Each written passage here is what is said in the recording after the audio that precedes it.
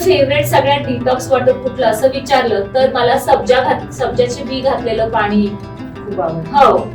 तर सब्जाचं बी घालून एक डिटॉक्स पाणी होऊ शकतो, किंवा एखाद 2 लिंबाच्या फोडी आणि 4-5 पुदिन्याची पानं हे एक डिटॉक्स वॉटर होऊ शकतो. त्याच्यानंतर कलिंगडाची फोड, संत्रीची फोड, लिंबाची फोड, पुदिन्याची पानं, आल्याचा एक छोटासा तुकडा आणि लिंबू आणि पुदिना असे तुम्ही वेगवेगळे कॉम्बिनेशन्स करू शकता. आता कसं करायचं आहे, व्हॉट आय डू, की रात्री झोपताना एखादी बॉटल त्याच्यामध्ये सब्जाचं बी घालून ठेवायचं, म्हणजे दुसऱ्या दिवशी सकाळी साधारण 5 तासाचा कॉन्टॅक्ट पिरियड असतो. तर 5 तासानंतर ती सकाळी उठल्यापासून आपल्यासाठी एक डिटॉक्स वॉटर रेडी असते. ती बाटली जेव्हा आपण, तुम्हाला जर साबण किंवा फेस वॉश वापरायचा असेल तर तो माइल्ड असावा, मग तो लॅक्टिक ऍसिड असणारा असावा, जेणेकरून त्वचा कोरडी होणार नाही.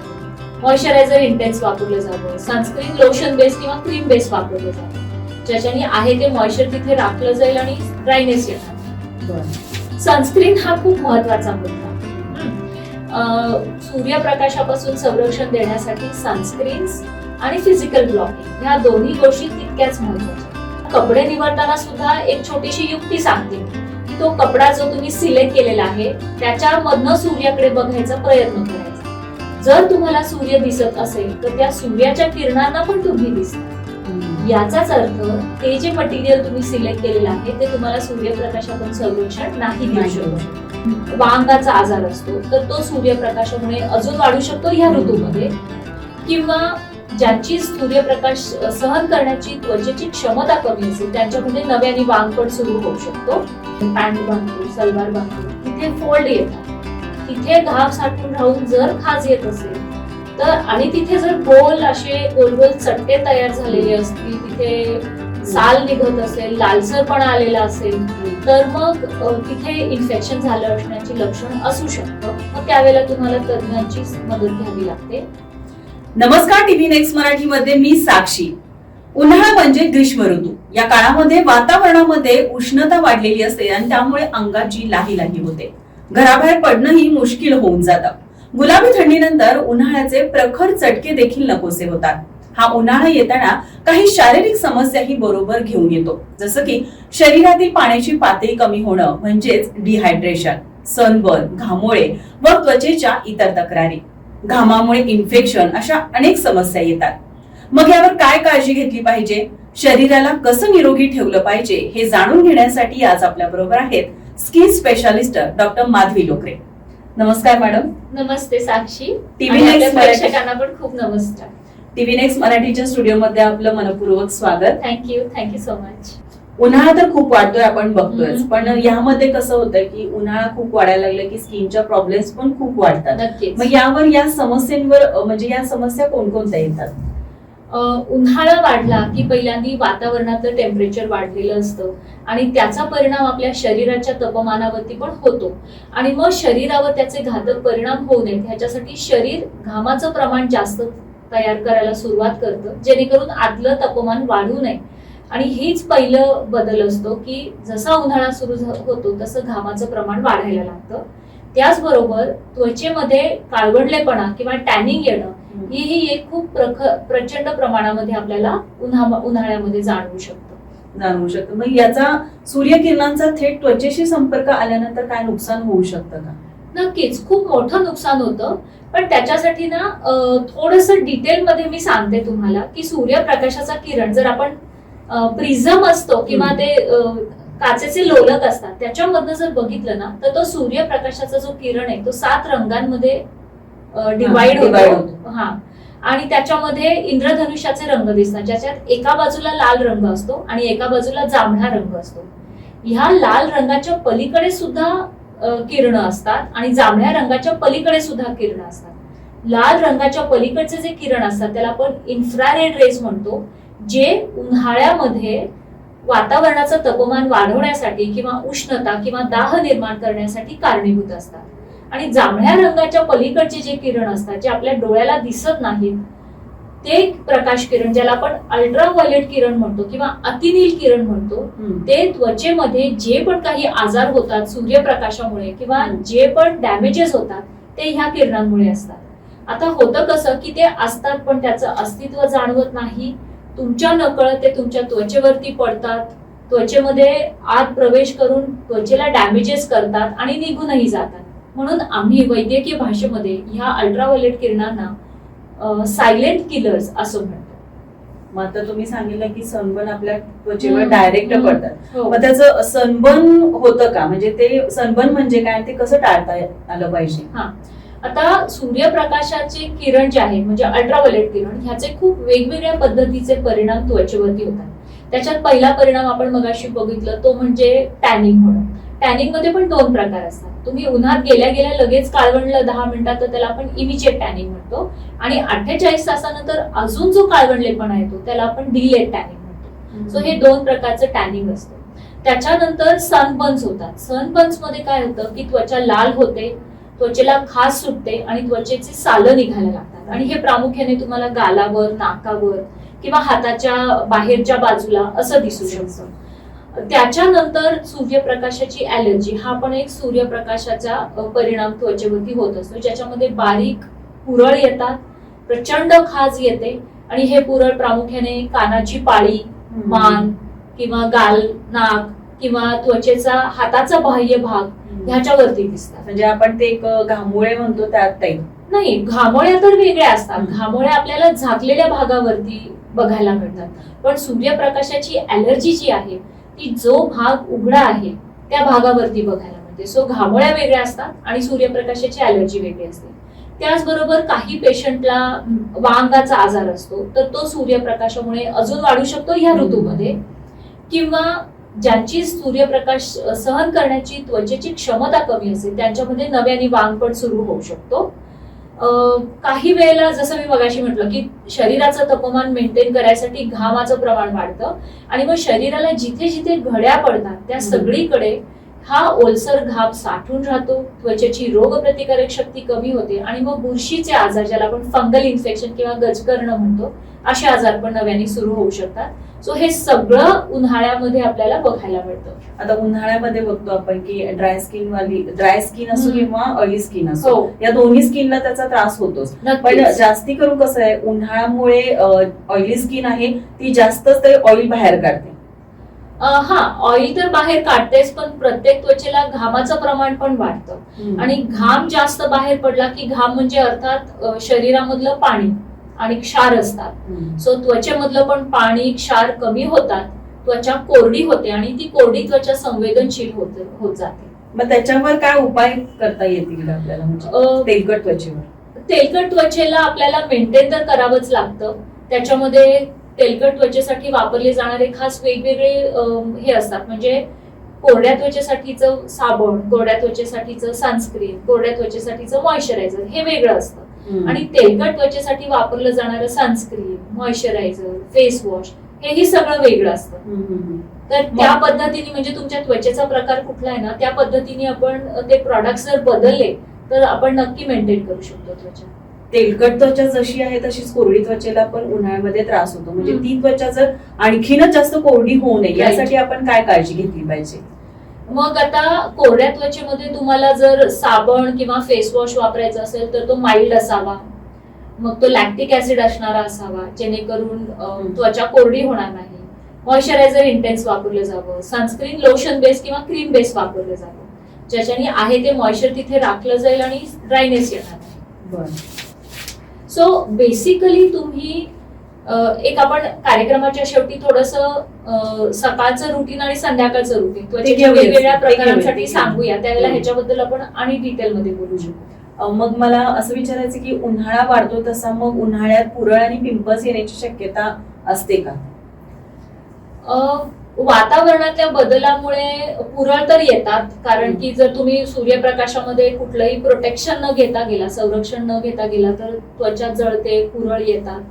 पिंपल्स काही प्रमाणात वाढतात, कारण की घाम आल्यानंतर किंवा पोल्युशन जे आहे ते घामाबरोबरीने किंवा तेल तयार करणाऱ्या ग्रंथींमधनं एक्स्ट्रा तेल तयार केल्यामुळे ते सगळं साठतं, आणि मग त्याच्याने जर पोर्स ब्लॉक झाले तर पिंपल्स नक्कीच वाढतात. मग यामध्ये सनस्क्रीन लोशन वापरणं किती महत्वाचं आहे, म्हणजे ते कसं वापरलं पाहिजे? सनस्क्रीन हा खूप महत्वाचा मुद्दा आहे.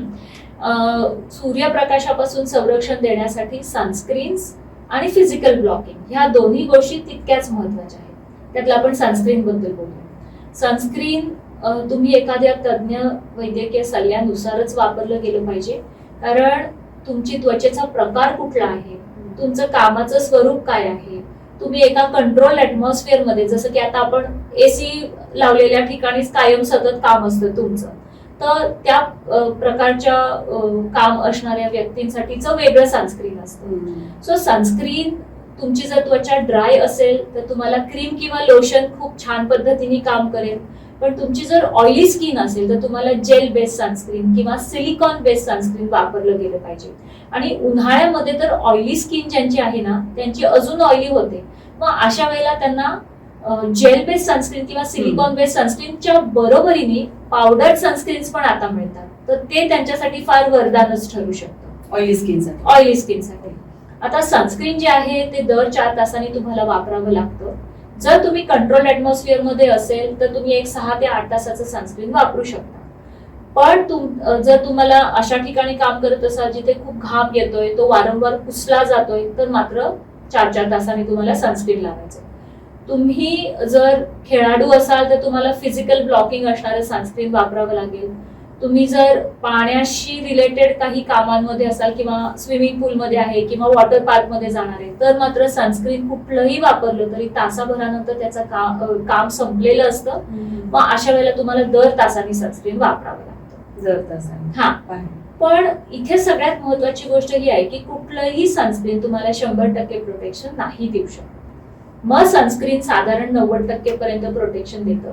आणि त्याच्या जोडीला जर तुम्ही फिजिकल ब्लॉकिंग साठी योग्य पद्धतीचे स्कार्फ वापरले, टोपी, रुमाल, छत्री असं जर व्यवस्थित वापरलं तर तुम्हाला 100% सूर्यापासून संरक्षण नक्कीच मिळू. म्हणजे आता तुम्ही म्हटलास की सनस्क्रीन वापरल्यामुळे स्किनला कुठला फायदा होतो.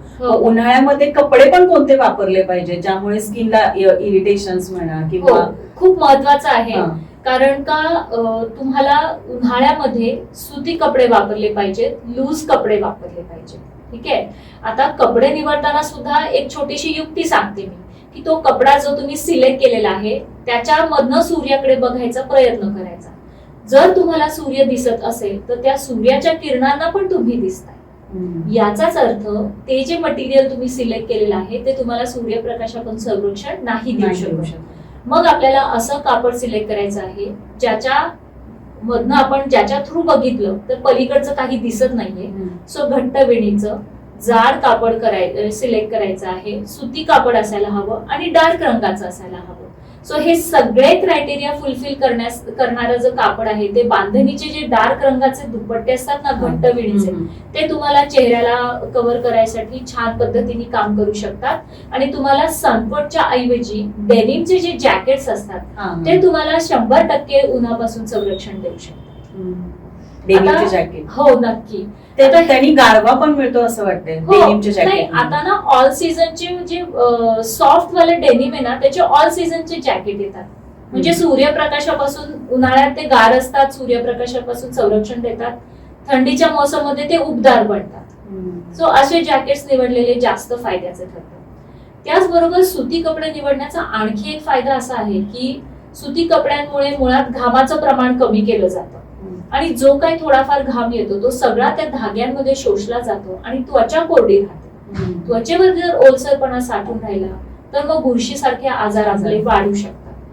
आणि सगळ्यात बेस्ट सांगू का साक्षी, जे खादीचे कपडे असतात ना ते ह्या सीझनला सगळ्यात बेस्ट असतात. ते दिसतात पण एलिगंट आणि त्याची जी वीण असते ती पोरस असते, त्याच्यामुळे त्याच्यामध्ये हवा खेळती राहते. आणि खादीचे जे धागे असतात त्याच्यात पुन्हा घाम सगळ्याच्या सगळा शोषून घेण्याची ताकद असते. सो ह्या सीझनला if you ask me, khadi, cotton हे खूप छान.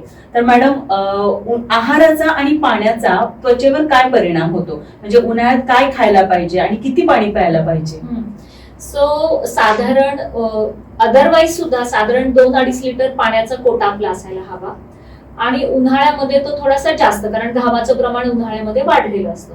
सो साधारण 4 लिटर पर्यंत पाणी आपल्याला कंपल्सरी उन्हाळ्यामध्ये प्यायला लागतं. आता त्याच्यामध्ये पण पाण्यामध्ये जर आपण डिटॉक्स वॉटर तयार केलं तर नथिंग लाईक इट. आता डिटॉक्स वॉटर तयार करण्यासाठीच्या काही कॉम्बिनेशन आपण शेअर करूया आपल्या प्रेक्षकांबरोबर, म्हणजे त्यांना त्याचा फायदा होईल. माझं जर फेवरेट सगळ्यात डिटॉक्स वॉटर कुठलं असं विचारलं तर मला सब्जाचे बी घातलेलं पाणी खूप आवडतं. हो. तर सब्जाचं बी घालून एक डिटॉक्स पाणी होऊ शकतो, किंवा एखाद 2 लिंबाच्या फोडी आणि 4-5 पुदिन्याची पानं, हे एक डिटॉक्स वॉटर होऊ शकतं. त्याच्यानंतर कलिंगडाची फोड, संत्रीची फोड, लिंबाची फोड, पुदिन्याची पानं, आल्याचा एक छोटासा तुकडा आणि लिंबू आणि पुदिना, असे तुम्ही वेगवेगळे कॉम्बिनेशन्स करू शकता.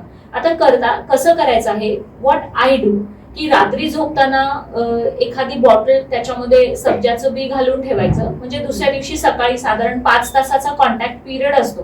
तर 5 तासानंतर ती सकाळी उठल्यापासून आपल्यासाठी एक डिटॉक्स वॉटर रेडी असतं. ती बाटली जेव्हा आपण वापरायला सुरुवात करतो त्यावेळेला दुसऱ्या एका बॉटलमध्ये एक लिंबाची फोड, एक काकडीची फोड आणि 4-5 पुदिन्याची पानं टाकून ठेवायची. सो आधीची जी बॉटल आहे सकाळी सुरू केलेली ती संपेपर्यंत आपली दुसरी डिटॉक्स बॉटल तयार. दुसरी डिटॉक्स बॉटल सुरू करताना तिसरी. सो असे 4 बॉटल्स आपल्याला डिटॉक्स वॉटर दर दिवशी आपल्याला घ्यायला पाहिजे. आता डिटॉक्स वॉटर का, म्हणजे काकडी आपण तशी पण खाऊ शकतो, लिंबू तसा पण खाऊ शकतो, पण जे लोक कॅलरी कॉन्शियस आहेत त्यांच्यासाठी हे फार उपयोगी पडतं. म्हणजे ह्याच्यात कसं होतं की तुम्ही पाण्यामध्ये जर ह्या सगळ्या गोष्टी टाकल्या तर ह्या सगळ्या गोष्टींचे सगळे गुणधर्म पाण्यामध्ये उतरतात, पण कॅलरीज त्याच्यामध्ये उतरत नाहीत. तर जेव्हा तुम्ही वापरायला सुरुवात करता त्यावेळेला ही लिंबाची फोड वगैरे काढून टाकली तरी सुद्धा चालतं. त्याच्यातनं लिंबाचे सगळे गुणधर्म पाण्यात असतात ते आपल्याला मिळतात, पण लिंबातल्या कॅलरीज आपल्याला मिळतात. आता ह्याचा फायदा काय काय होतो, तर तुमची शरीराची जी पीएच आहे ती बॅलन्स केली जाते, तुम्ही हायड्रेट राहता, लिंबामध्ये असणारे अँटीऑक्सिडंट तत्व तुम्हाला मिळतं, त्याच्यामुळे त्वचेचं आपसुकच सूर्यप्रकाशापासून संरक्षण होतं, एनर्जी तुम्हाला मिळते, तुम्ही एनर्जेटिक राहता, पचनक्रिया सुधारते. सो हे सगळे फायदे तुम्हाला डिटॉक्स वॉटरने मिळू शकतात. आहार कोणता घेतला पाहिजे, हे तर झालं पाण्याचं, मग त्याचबरोबर आहार पण कोणता घेतला पाहिजे खूप महत्वाचं आहे. आणि आता ना ह्या आपल्याकडे कसं आहे ना, त्या सीझनला ती फळं त्या ऋतूसाठी जी गरजेची आहेत ती फळं येतात. सो आता कलिंगड आहे, टरबूज आहे, किंवा गाजर, काकडी ह्यासारखे, किंवा संत्री, मोसंबी, अंजीर, हे सगळे जे फळ आहेत ह्याच्यामध्ये अँटीऑक्सिडंट आहेत, कॅरोटिनॉइड्स नावाचे घटक असतात. तर हे सूर्यप्रकाशापासून त्वचेचं रक्षण करण्यासाठीच सिस्टमिक सनस्क्रीन म्हणून काम करतात. सो आहारामध्ये तुम्हाला हलका आहार घ्यायचा आहे, हिरव्या पालेभाज्या, बीट, गाजर, काकडी ह्यासारखे सॅलेड्स घ्यायचे आहेत, आणि सरबत तुम्ही घेऊ शकता, त्याच्यामध्ये कैरीचं पन्ह, ताक, दही, नाचणीची आंबील तुम्ही घेऊ शकता, किंवा कोकमचं सरबत, नारळाचं पाणी, हे सगळं तुम्हाला कंपल्सरी घ्यायला पाहिजे. आणि काय खायचं नाही, आईस्क्रीम्स, कोल्ड ड्रिंक्स अजिबात नाही खायचं. हा, अजिबात नाही, कारण की हे ना टेस्ट बर्ड्सला छान वाटतं, तेवढ्या पुरतं आपल्याला सुदनिक वाटतं, पण त्याच्यामधनं न्यूट्रिशन तर काही मिळत नाही, अँटीऑक्सिडंट्स काही मिळत नाही, आणि कॅलरीज मात्र भरपूर असतात. हो, बिलकुल. पण आता आपण बघतो की उन्हाळ्याचा त्रास सगळ्यांनाच होतो, पण जास्तीत जास्त लहान मुलं आणि वयस्कर माणसं यांना त्वचेचं खूप त्रास, म्हणजे संवेदनशील त्वचा असते उन्हाळ्यामध्ये. मग त्यावेळेला त्यांनी काय काळजी घेतली पाहिजे? आता त्यावेळेला म्हणजे सगळ्या दिनचर्येमध्येच आपल्याला थोडे थोडे बदल घडवून आणायला लागतात. जसं की आंघोळ करताना फार कडक पाणी घ्यायचं नाही, कोमट पाणी घ्यायचं, आंघोळ छोटीशीच असावी, खूप जास्त वेळ आंघोळ नाही करायची, आंघोळ 2 टाइम करायची, सकाळी आणि संध्याकाळी, पण छोट्या आंघोळी करायच्या. साबण वापरताना सॉफ्ट वाला जो साबण असतो तो वापरायचा, पण तो एकाच आंघोळीसाठी साबण वापरायचा. दुसऱ्या वेळेला जर जिथे शरीराला घड्या पडतात तिथे साबण वापरला जाऊ शकतो, पण पूर्ण शरीराला सारखं सारखं स्वच्छ करायचं साबण लावून हे चुकीचं असतं. त्याच्यामुळे त्वचे अजून कोरडी होते आणि संवेदनशील बनते. त्याच्यानंतर कोरडी त्वचा असेल तर त्याला मॉइश्चरायझर कंपल्सरी. आपल्याकडे काय होतं की थंडीचा मोसम असेल तर मॉइश्चरायझर वापरायचं, नंतर कधी मॉइश्चरायझरची गरज, पण असं नसतं. सगळ्या ऋतूंमध्ये मॉइश्चरायझरची गरज असते, फक्त तुम्हाला मॉइश्चरायझरचा प्रकार ऋतूनुसार बदलावा लागतो. सो उन्हाळ्यामध्ये लोशन बेस्ड जे मॉइश्चरायझर्स असतात ते खूप फायद्याचे ठरू शकतात, तर मॉइश्चरायझर कंपल्सरी वापरलं गेलं पाहिजे. सुती कपडे, लूज कपडे, हे सगळं महत्वाचं असतं. आपण बघतोय की उन्हाळ्यामध्ये स्किनचे प्रॉब्लेम्स तर खूप वाढतात, पण प्रत्येक वेळेला कोणतीही क्रीम किंवा हम्म. कोणतंही सनस्क्रीन हम्म. वगैरे घेऊन वापरणं हे हम्म. प्रत्येकालाच अफोर्डेबल नसतं. हम्म. मग या वेळेला घरगुती उपाय म्हणून आपण काय त्यांच्यासाठी हे करू शकतो का, सांगू शकतो का? नाही, घरगुती त्वचेवरती लावायसाठीचे घरगुती उपाय तसे उपयोगाचे नसतात, कारण की त्वचा संवेदनशील असते आणि अशा वेळेला आपण काही जर प्रॉडक्ट्स वापरले घरातले तर त्याचे साईड इफेक्ट्स होऊ शकतात, त्वचेला डॅमेजेस होऊ शकतात. त्याच्यामुळे मी नक्कीच सांगेन की घरगुती उपचार नका करू. फार फार तर तुम्ही साबणाच्या ऐवजी जे उठणं घरी तुम्ही तयार करू शकत असाल तर ते तुम्ही स्वच्छतेसाठी वापरू शकाल. पण मॉइश्चरायझरला अल्टरनेटिव्ह नाही, मॉइश्चरायझरला मॉइश्चरायझरच वापरावं लागतं. सनस्क्रीनसाठी जर तुम्हाला शक्य नसेल तर टोपी, रुमाल, स्कार्फ तुम्ही वापरू शकता. स्कार्फ मध्ये पुन्हा सुती कापडाचा बांधणीचा दुपट्टा, स्टोल वापरायचा नाही. त्याच्यानंतर टोपी निवडताना पण ती जी हॅट असते ना ती फक्त एवढ्याच भागाला तुम्हाला संरक्षण देते. पण ती जी 1.5 इंची रिमवाली अशी गोल हॅट असते ना अंपायरची, ती तुमचा पूर्ण चेहरा, कान, मान ह्या सगळ्या एरियाला संरक्षण देते. सो तुम्हाला वापरायचंच असेल टोपी तर ती जी हॅट असते 1.5 इंची रिमवाली ती वापरलेली जास्त योग्य पडेल. छत्री आहेच. आणि उन्हाळ्यामध्ये अंगात आपल्या खूपच हीट जाणवते, म्हणजे कुठून पण जाऊन आल्यानंतर किंवा जास्त गरमी झाल्यानंतर आपल्याला हीट झाल्यासारखी जाणवते. मग शरीराला थंड करण्यासाठी आपण काय करायला पाहिजे, थंडावा देण्यासाठी? शरीराला ऍक्च्युली कसं असतं ना की आपल्या ब्रेन मध्ये, मेंदूमध्ये एक भाग असतो ज्याला आपण थॅलॅमस म्हणतो किंवा हायपोथॅलॅमस म्हणतो. हा शरीराचं टेम्परेचर वाढू न देण्यासाठीचा थर्मोस्टॅट असतो. म्हणजे जसं इस्त्री आहे, आपण त्याला सिल्क मोडवर ठेवलं की ते तेवढीच तापते आणि बंद होतं तापणं. कॉटनची पॅन्ट इस्त्री करायची असेल तर कॉटनवरती ठेवतो म्हणजे टेम्परेचर वाढतं. तसं आपल्या शरीरामध्ये एक थर्मोस्टॅट असतो जो आपल्या शरीराचं टेम्परेचर एका ठराविक क्षमतेपेक्षा जास्त वाढू देत नाही. मग तशी शरीराला तसा थंडावा देण्यासाठी आपण पाणी भरपूर प्यावं, म्हणजे घामावाटे घाम भरपूर जाऊ शकतो आणि शरीर थंड राहू शकतं. तुम्ही सुती कपडे वापरू शकता. पण खाण्यातनं असं थंडावा देण्यासाठीचं असं काही फारसे पदार्थ असत नाही, जसं सब्जा, ताक, दही असंच तुम्ही घ्यायला हवं शरीरासाठी. उन्हाळ्यात आपण बघतो की काही कार्यक्रम असला की आपल्याला मेकअप करावा लागतो, बाहेर जायचं म्हटलं तर मेकअप करावा लागतो. पण मग मेकअप करताना आपण अशा कोणत्या काळजी घेतल्या पाहिजे की जेणेकरून? आता कसं असतं ना, सूर्यप्रकाश किंवा उन्हाळ्यामध्ये ना घामाचं प्रमाण खूप असतं आणि मोस्ट ऑफ द टाइम आपण मेकअप करताना पहिल्यांदी मॉइश्चरायझर, मग प्रायमर, मग बीबी क्रीम, मग फाउंडेशन, मग त्याच्यावरती लूज पावडर, हे सगळे लेअरिंग्स असतात. सो उन्हाळ्यामध्ये आपल्याला काय करायचंय, हे लेअरिंग्स कमी करायचे. ठीक आहे. मग त्याच्यामध्ये तुम्ही असं सनस्क्रीन निवडा ज्याच्यामध्ये सनस्क्रीन, मॉइश्चरायझर आणि टिंट आहे.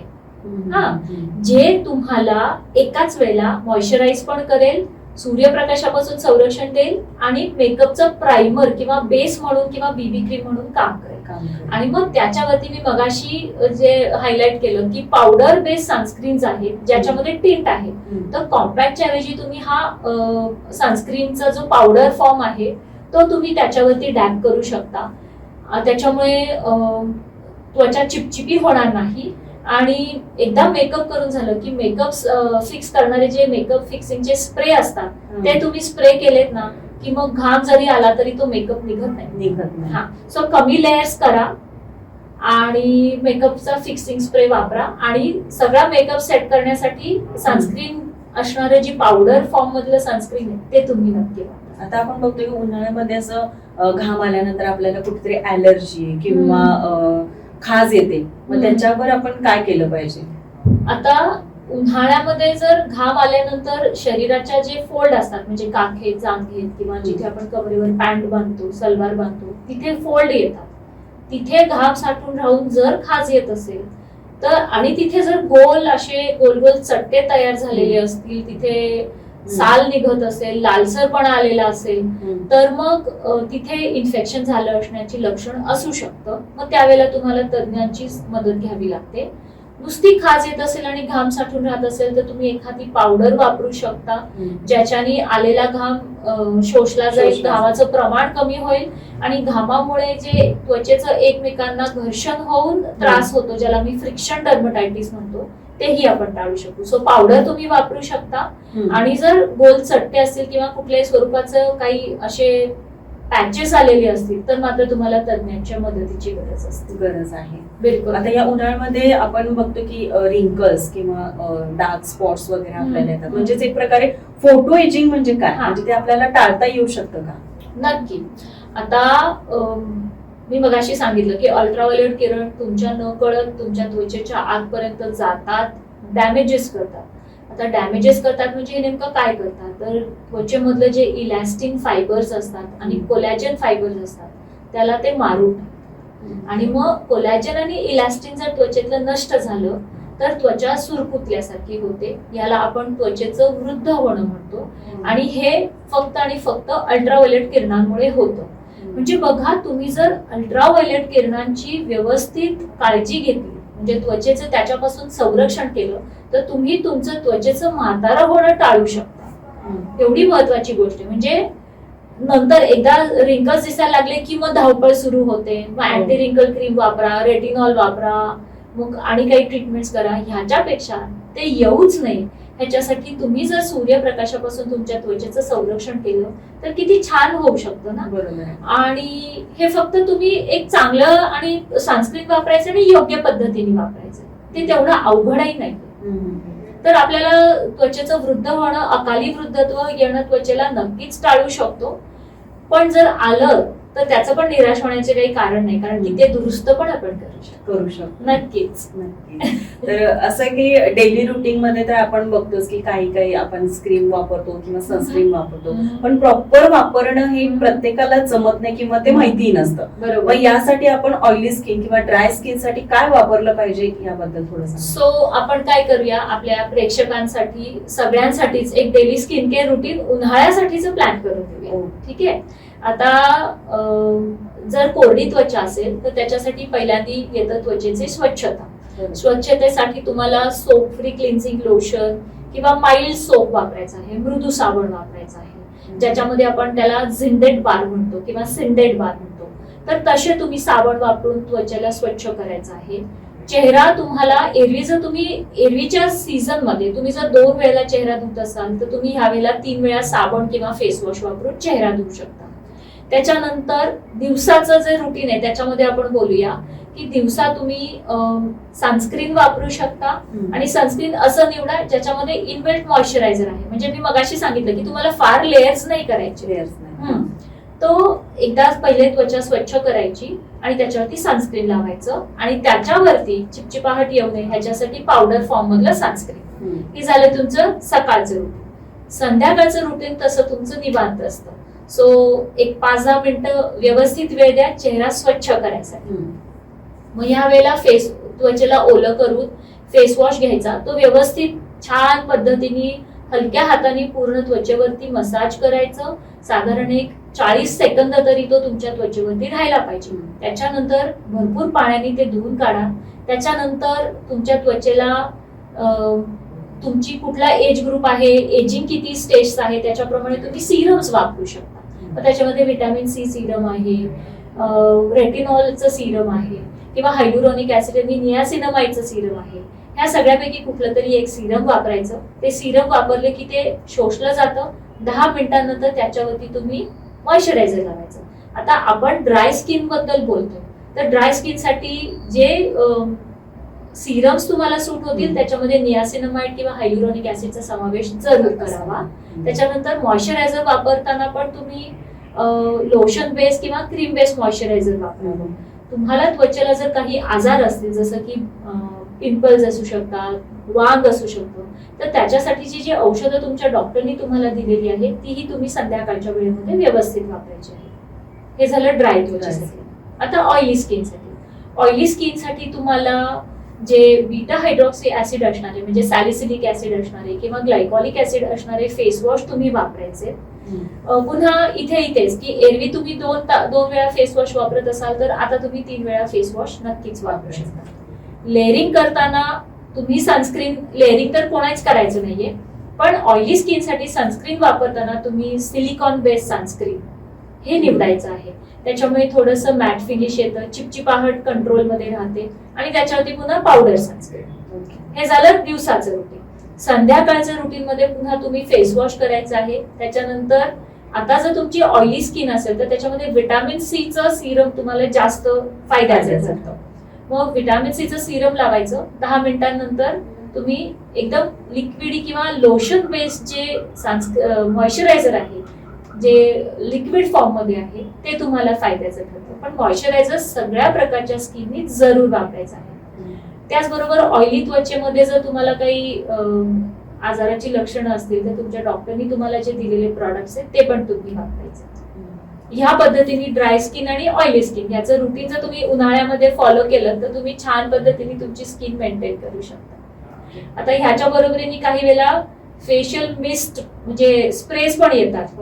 मग घरी तुम्ही काय करू शकता, मगाशी तुम्ही होम रेमेडीज विचारत होता, तर त्याच्यामध्ये आपण हे ऍड करू शकतो की गुलाब पाणी आणि त्याच्यात थोडंसं पाणी असं करून ती स्प्रेची बॉटल आहे त्याच्यामध्ये भरून ठेवू शकता.